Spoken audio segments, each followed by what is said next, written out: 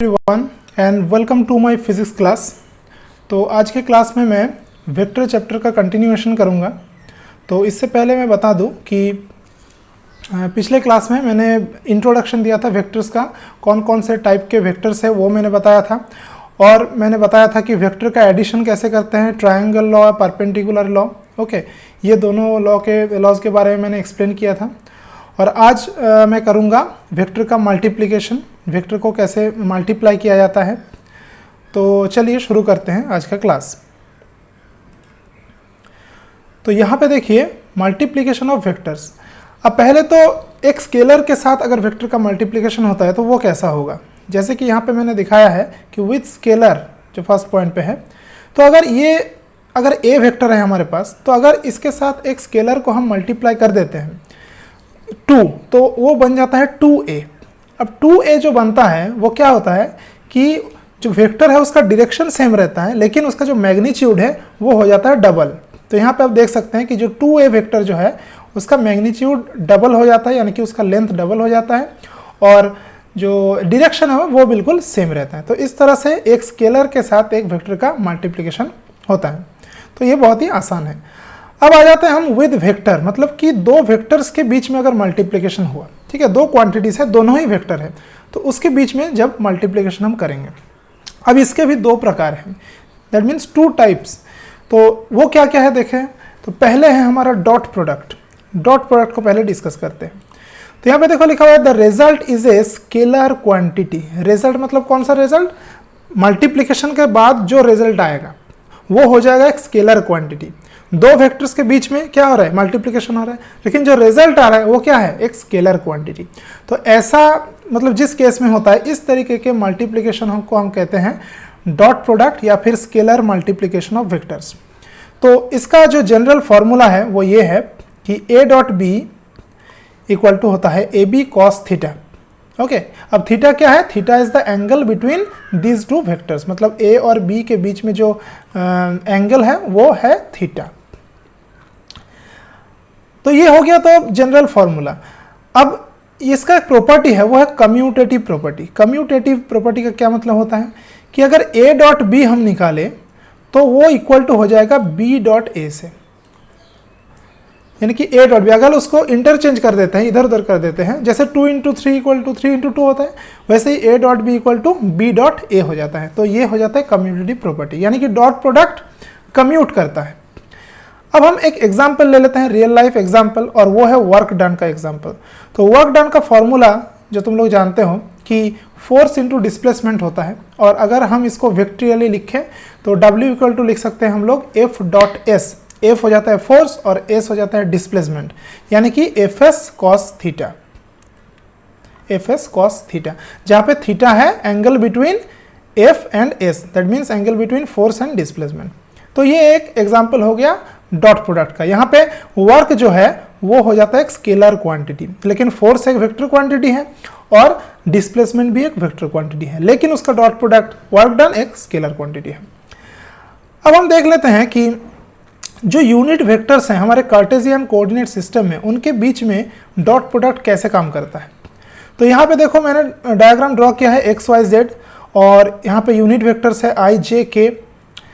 और तो हम पहले शुरू करते हैं कि सिमिलर डॉट प्रोडक्ट निकालते हैं। तो आई डॉट आई पहले मैंने किया, तो इसका फॉर्मूला कैसे करेंगे। तो देखो यहाँ पे जो फॉर्मूला है, देखो A dot B equal to A B cos theta. A हो जाता है ए वेक्टर का मैग्नीट्यूड, बी हो जाता है बी वेक्टर का मैग्नीट्यूड, और कॉस थीटा, थीटा हो जाता है इन दोनों के बीच में एंगल। तो आप क्या करेंगे, आई डॉट आई भी सिमिलरली, तो आई कैप का मैग्नीट्यूड कितना होगा 1, क्योंकि ये यूनिट वेक्टर है ना, ये क्या है यूनिट वेक्टर। यूनिट वेक्टर का मतलब है उसका मैग्नीट्यूड 1 होता है, तो 1 हो गया। और ये भी आई कैप, इसका भी 1, और आई के बीच में कितना है 0 एंगल होगा, क्योंकि देखो दोनों जो आई है वो एक्स डायरेक्शन की तरफ होता है, तो आई और आई के बीच में एंगल हो जाता है 0 डिग्री, तो ये आ गया 1।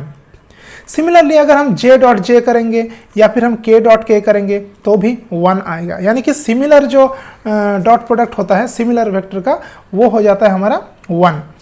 अब हम डिसिमिलर को करते हैं, यानी कि आई डॉट जे को करते हैं। तो इसमें क्या होगा, देखो आई का मैग्नीट्यूड 1, जे का मैग्नीट्यूड 1, क्योंकि जे भी एक यूनिट वेक्टर है, और i और j के बीच में एंगल कितना है। तो यहाँ पे इस डायग्राम में देखोगे तो देखो i और j के बीच में एंगल मतलब x और y डायरेक्शन में एंगल, तो ये हो जाता है 90 डिग्री, है ना। x y z ऐसे 3 डायमेंशनल इमेजिन करो, ठीक है। एक रूम है, उसका जो कोना है उसको इमेजिन करो कि वहाँ पे 3 एक्सिस निकाले हुए हैं, तो एक दूसरे के साथ वो 90 डिग्री एंगल करता है, यानी कि एक्स वाई के बीच में भी यहाँ पे 90 डिग्री एंगल होगा, ठीक है। इसके बीच में भी 90 डिग्री एंगल होगा और इन दोनों के बीच में भी 90 डिग्री एंगल होगा, समझे। तो आई और जे के बीच में हो जाता है 90 डिग्री एंगल। अब cos 90 का वैल्यू हो जाता है 0, यानी कि इसका वैल्यू भी हो गया 0। अब अगर और भी हम कुछ डॉट पर जैसे j.k.i, हाँ, या फिर इसको उल्टा कर देते हैं k.j, तो ये सब क्या आ जाएगा, ये आ जाएगा सब 0, यानी कि similar type of unit vector उसका डॉट प्रोडक्ट 1 होता है, यानी कि वो एग्जिस्ट करता है। और अगर डिफरेंट टाइप का अगर डॉट प्रोडक्ट हम लेते हैं j और i और j ऐसे करके अगर लेते हैं तो उसका जो डॉट प्रोडक्ट है वो 0 आ जाता है, ठीक है, वो मतलब एग्जिस्ट नहीं करता है। अब हम एक एग्जाम्पल से समझते हैं, जैसे कि यहाँ पे एक p वेक्टर दिया हुआ है, तो p वेक्टर जो दिया हुआ है ये है, q वेक्टर दिया हुआ है। अब कह रहा है कि फाइंड p डॉट q, इसका डॉट प्रोडक्ट निकालो। तो हम क्या करेंगे, पहले तो एक बार लिखेंगे कि p dot q equal to this dot this. यहाँ पे देखो मैंने 0 क्यों लिखा है, 0 मैंने इसलिए लिखा है क्योंकि यहाँ पे देखो i कैप है नहीं, है ना। यहाँ पे देखो i j k है p वेक्टर में, लेकिन q वेक्टर में देखो i है नहीं। i है नहीं मतलब क्या, मतलब कि उसका जो कंपोनेंट है वो 0 है, यानी कि 0 i कैप, तो ये मैंने 0 लिख दिया है। अब देखो यहाँ पे एक्चुअली 9 टर्म्स आएंगे, 9 टर्म्स, है ना, क्योंकि ये 3 क्वांटिटी, यहाँ पे 3 डिजिट यहाँ पे है, यहाँ पे 3 है, तो क्या होगा, ये पहला जो फर्स्ट वाला है इसके साथ ये तीनों का होगा मल्टीप्लिकेशन, फिर इसके साथ होगा, ऐसे करके 9 टर्म्स आएंगे, लेकिन उसमें से सिर्फ 3 टर्म ही एग्जिस्ट करेंगे। क्यों, क्योंकि जो सिमिलर डॉट प्रोडक्ट होता है, यानी कि i डॉट आई या फिर j डॉट जे और k डॉट के, ये जब होता है तब वो सिर्फ एग्जिस्ट करता है, यहाँ मैंने दिखाया अभी। और बाकी जो डॉट प्रोडक्ट्स होते हैं अलग अलग वेक्टर्स के, यूनिट वेक्टर्स के, वो सब हो जाता है 0। तो यहाँ पे सिर्फ हम सिमिलर जो टाइप के डॉट प्रोडक्ट्स है वो सिर्फ हम यहाँ पे कंसीडर करेंगे। तो यहाँ पे देखो 2 और यहाँ पे 0, तो 2 इंटू 0 0 हो गया, है ना। और i cap dot I cap ये हो जाता है 1, तो मैंने 1 को नहीं लिखा है यहाँ पे। फिर नेक्स्ट टर्म में आते हैं, यहाँ पे 3 इंटू 6 कितना हो जाता है, 3 इंटू 6 मैंने लिखा है, और यहाँ पे j है, यहाँ पे j है, तो j डॉट j कितना होता है 1, तो 1 को मैंने यहाँ लिखा नहीं है। सिमिलरली यहाँ पे माइनस k कैप मतलब यहाँ पे 1 है, ठीक है, तो -1 मैंने लिखा है यहाँ पे क्योंकि -1 है कोएफिशिएंट, और यहाँ पे 4 है तो मैंने 4 लिखा, फिर k डॉट k हो जाता है 1। ये तीनों टर्म से एग्जिस्ट करेंगे, बाकी सब टर्म 0 हो जाएगा, i dot j dot k सब 0 हो जाएगा। इसको अगर कैलकुलेट कर लोगे तो यहाँ पे 14 आंसर आ जाता है। तो देखो 14 जो है वो एक स्केलर क्वांटिटी है, ये वेक्टर क्वांटिटी है नहीं। अगर ये वेक्टर क्वांटिटी होता तो इसमें कोई i कैप या j कैप या k कैप कुछ रहता, लेकिन यहाँ पे देखो कुछ नहीं है, सिर्फ एक नंबर है, यानी कि ये जो है ये एक स्केलर आ गया है, यानी कि ये डॉट प्रोडक्ट हमारा ये कैलकुलेट हो गया है। अब हम आते हैं क्रॉस प्रोडक्ट पे। क्रॉस प्रोडक्ट पे हम लोग आते हैं, क्रॉस प्रोडक्ट देखते हैं क्या है। तो यहाँ पे देखो the result is a vector quantity, यानी कि जो रिजल्ट आता है मल्टीप्लिकेशन के बाद वो हो जाता है एक वेक्टर क्वांटिटी। और इसका जनरल जो फॉर्मूला है ये जरूर याद रखना होगा, वो है a cross b equal to A B sine theta into n cap. N cap यहाँ पे देखो एक्स्ट्रा चीज़ है, हाँ कॉस थीटा का साइन थीटा हो गया, ठीक है, लेकिन यहाँ पे एन कैप है। एन कैप क्यों है, क्योंकि ये एक वेक्टर है, यूनिट वेक्टर। इस यूनिट वेक्टर को हमको निकालना होगा कि वो किस डायरेक्शन में होगा, यानी कि यहाँ पे जो देखो रिजल्ट आ रहा है वो एक वेक्टर क्वांटिटी है। क्यों, क्योंकि यहाँ पे एन कैप है और एन कैप है एक वेक्टर, तो ये हो गया एक वेक्टर क्वांटिटी, ये हो गया जनरल फॉर्मूला। अब ये जो क्रॉस प्रोडक्ट है वो कम्यूटेटिव नहीं है, not commutative, that is a cross B not equal to B cross A, ये नहीं होता है, ये कम्यूट नहीं करता है। क्या होता है एग्जैक्टली, a क्रॉस बी हो जाता है माइनस बी क्रॉस ए, एक माइनस आ जाता है। और मैं पहले भी बताया था कि वेक्टर में माइनस का मतलब होता है कि ऑपोजिट डायरेक्शन, यानी कि a क्रॉस बी इसका जो डायरेक्शन होगा और b क्रॉस ए इसका डायरेक्शन उल्टा होगा, इसलिए एक माइनस आ जाता है, तो ये कम्यूट नहीं करता, क्रॉस प्रोडक्ट डजंट कम्यूट। अब हम क्या करते हैं, इसका एग्जाम्पल देख लेते हैं। एक एग्जाम्पल वह टॉर्क का एग्जाम्पल। हम जानते हैं कि यहाँ पे देखो डायग्राम को, यहाँ पे देखो कि ये एक ओरिजिन है और यहाँ पे मान लो एक रॉड है या कुछ भी एक है, और इस पॉइंट पे हम एक फोर्स अप्लाई कर रहे हैं F। तो ये जो रॉड हो वो क्या होगा, इस तरह से रोटेट करेगा, ऐसे करके रोटेट करेगा अगर हम फोर्स ऐसे अप्लाई करते रहते हैं, है ना।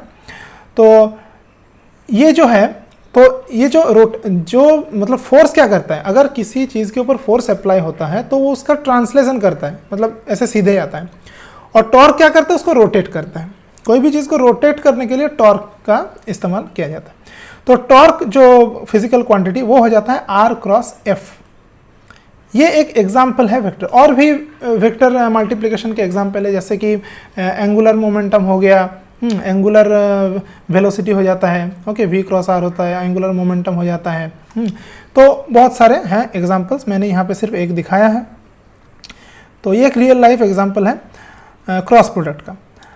अब हम देखेंगे कि क्रॉस प्रोडक्ट जो है वो एक रिजल्ट जो उसका है वो एक वेक्टर क्वांटिटी है, तो उसका एक डायरेक्शन भी होगा, ज़रूर होगा। तो उस डायरेक्शन को हम कैसे निकालें, तो यहाँ पे देखो मैंने लिखा है to find the direction of cross product we use right hand thumb rule, right hand screw rule. Right hand screw rule क्या है यहाँ पे हम देखते हैं। तो पहले वाले केस को देखते हैं। यहाँ पे ए वेक्टर और बी वेक्टर है, बीच में एंगल है थीटा। अब हमको निकालना है ए क्रॉस बी, यानी कि मैंने देखो यहाँ पे एरो देके रखा है ए क्रॉस बी। ऐसे करके अगर हम स्क्रू घुमाएंगे, यानी कि ए क्रॉस बी ऐसे करके स्क्रू घुमाएंगे, तो जो स्क्रू होगा वो किस तरफ आएगा, इस तरफ खुल के आएगा, है ना। अब देखो राइट हैंड स्क्रू ऐसा क्यों कहते हैं, क्योंकि राइट हैंड से उस स्क्रू को अगर हम मतलब ऐसे करके रोटेट करते हैं तो क्या होगा, वो अंदर घुसता है, और अगर ऐसे करके करते हैं तो वो बाहर निकलता है। तो इसी कंसेप्ट में हम लोग काम करते हैं। अब देखो ए क्रॉस बी जब हम निकाल रहे हैं, तो ए से बी की तरफ इस तरह से अगर हम स्क्रू को ऐसे घुमाते हैं तो क्या होगा, जो स्क्रू होगा वो बाहर की तरफ आएगा, यानी कि ए क्रॉस बी का जो डायरेक्शन होगा वो बाहर की तरफ होगा। यहाँ पे मैंने देखो ऊपर की तरफ दिखा है, क्योंकि ये जो है ये एक 2D मतलब है, ये जो मैं यहाँ पे दिखा रहा हूँ 2D, लेकिन ये एक 3D चीज़ है ना। ये एक 3D चीज़ है। ये अगर ए वेक्टर है, ये बी वेक्टर है, तो यहाँ पे हो जाएगा इस तरह से ए क्रॉस बी हो जाएगा। तो ये ऊपर की तरफ नहीं, ये बाहर की तरफ है। ये सिंबल से मैंने दिखाया है, देखो यहाँ पे एक पॉइंट दिखाया है, पॉइंट। और यहाँ पे ये वाला डायग्राम को अगर देखोगे, यहाँ पे मैंने बी क्रॉस ए का डायरेक्शन दिखाया है। तो बी क्रॉस ए कैसे निकालोगे, तो बी से ए की तरफ एक स्क्रू घुमाएंगे ऐसे करके। तो ऐसे करके अगर घुमाते हैं तो क्या होगा, वो अंदर की तरफ घुसेगा स्क्रू, यानी कि ये अंदर की तरफ जाएगा। यहाँ पे नीचे में की तरफ दिखाया, नीचे नहीं है, अंदर की तरफ है। ये मैंने क्रॉस सिंबल से दिखाया है।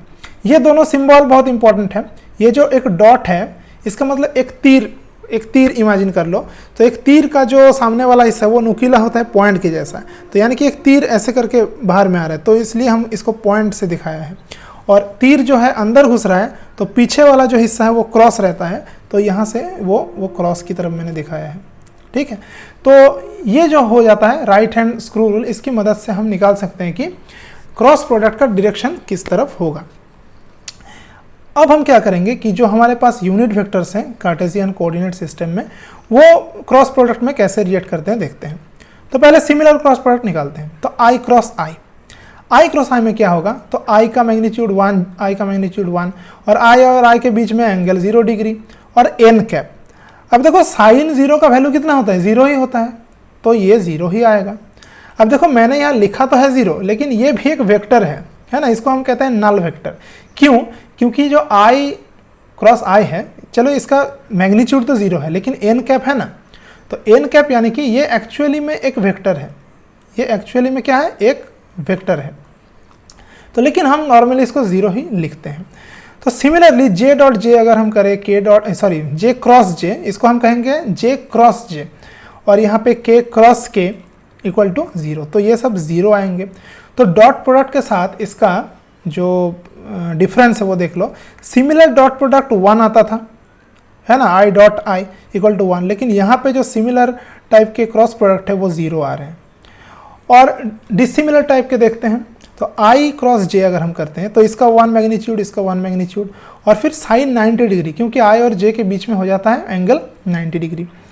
और आई और जे अब यहाँ पे आ जाता है के कैप, क्योंकि यहाँ पे अगर हम राइट हैंड स्क्रू रूल का इस्तेमाल करेंगे, यानी कि आई क्रॉस जे को निकालने के लिए, अगर डायग्राम यहाँ पे देखते हैं, देखो यहाँ पे आई क्रॉस जे अगर हम करते हैं ऐसे, ठीक है, आई क्रॉस जे इस तरह से अगर हम घुमाते हैं स्क्रू को, है ना, इस तरह से आई क्रॉस जे में घुमाते हैं, तो ये ऊपर की तरफ ऐसे उठता है, यानी कि के कैप की तरफ, है ना, यहाँ जो के कैप है इसकी तरफ ही उठेगा, यानी कि यहाँ पे के कैप होगा।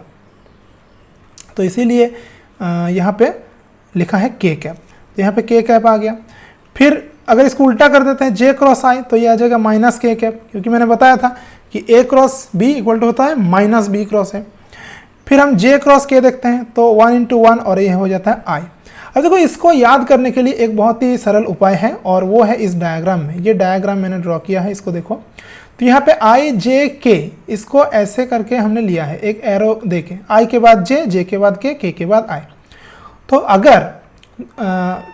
अगर इस एरो के मतलब जिस तरफ एरो है उसी तरफ अगर हमारा मल्टीप्लिकेशन है तो वहाँ पे प्लस आएगा।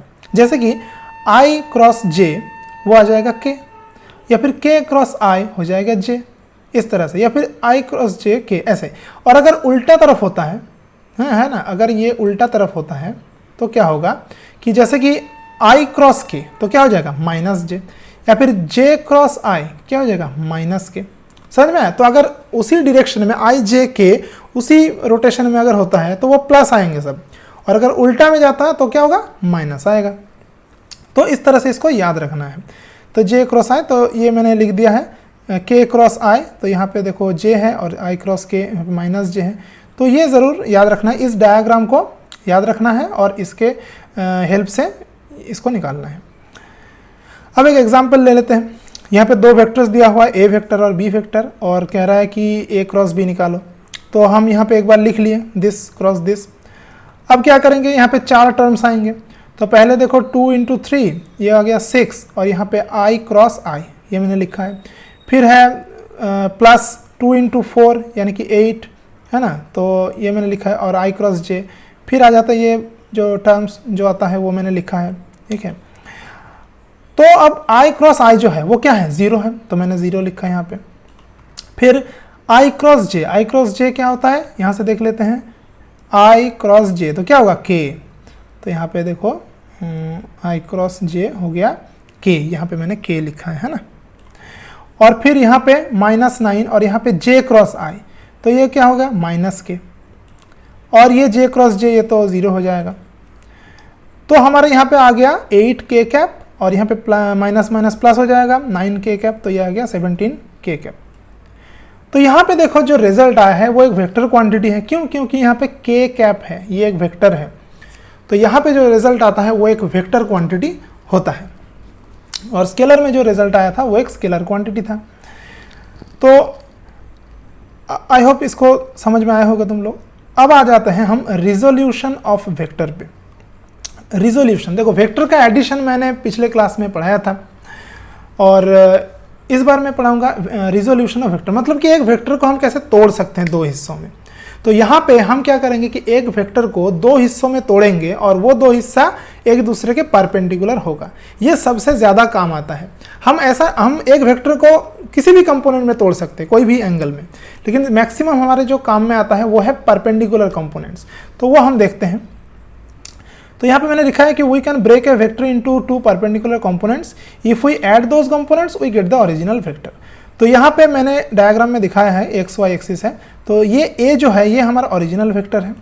तो इसको हमने क्या किया कि 2 हिस्सों में तोड़ दिया, और ये जो एक्स एक्सिस के साथ ये थीटा एंगल बनाता है।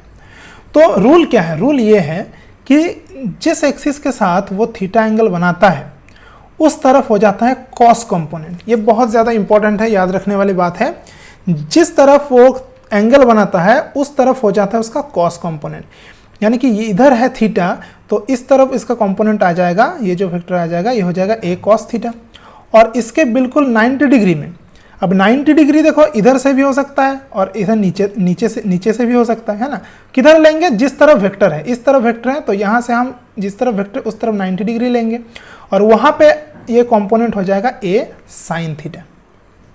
ठीक है, तो देखो, तो जिस तरफ एंगल है उस तरफ ए कॉस थीटा, और उसके 90 डिग्री में हो जाता है ए साइन थीटा।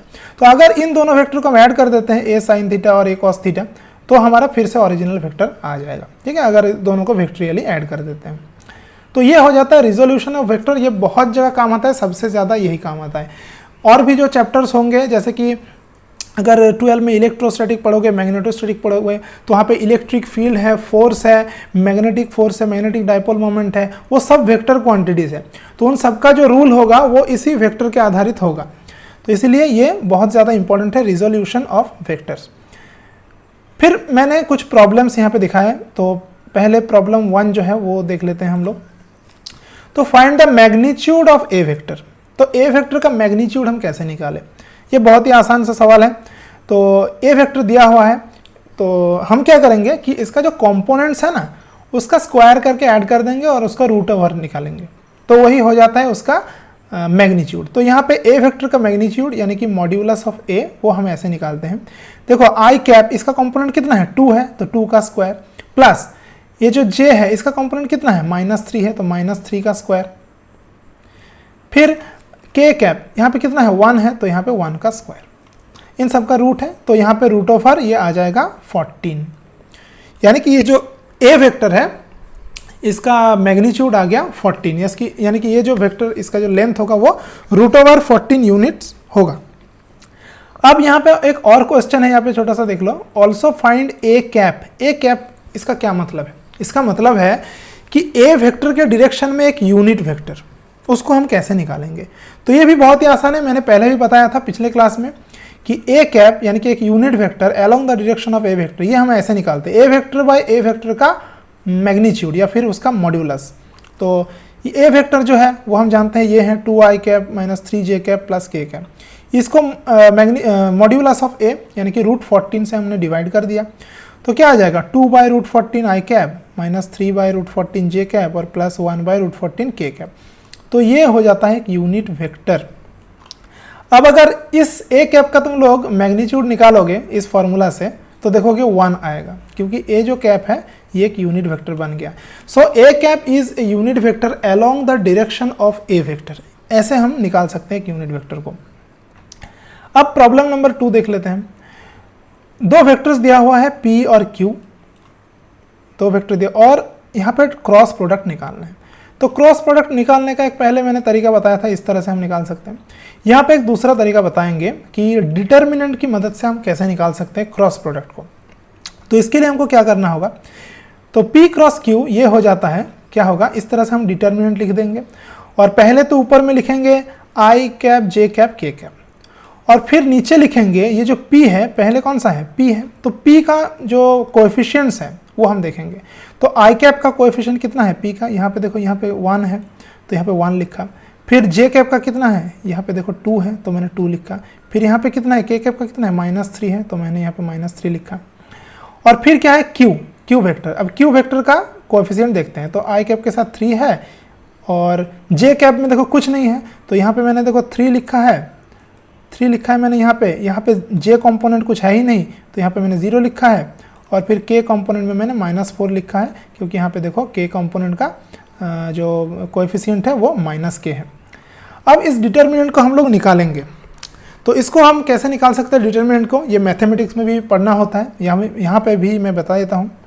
तो पहले दिस इक्वल टू ऐसे हम लिखेंगे, पहले I कैप लिखेंगे और फिर ऐसे ब्रैकेट देंगे।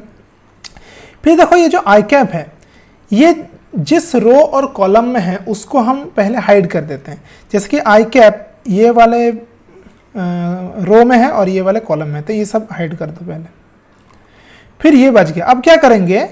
इसके साथ इसका मल्टीप्लिकेशन करेंगे, इसके साथ इसका मल्टीप्लिकेशन करेंगे, और माइनस इसके साथ इसका मल्टीप्लिकेशन करेंगे।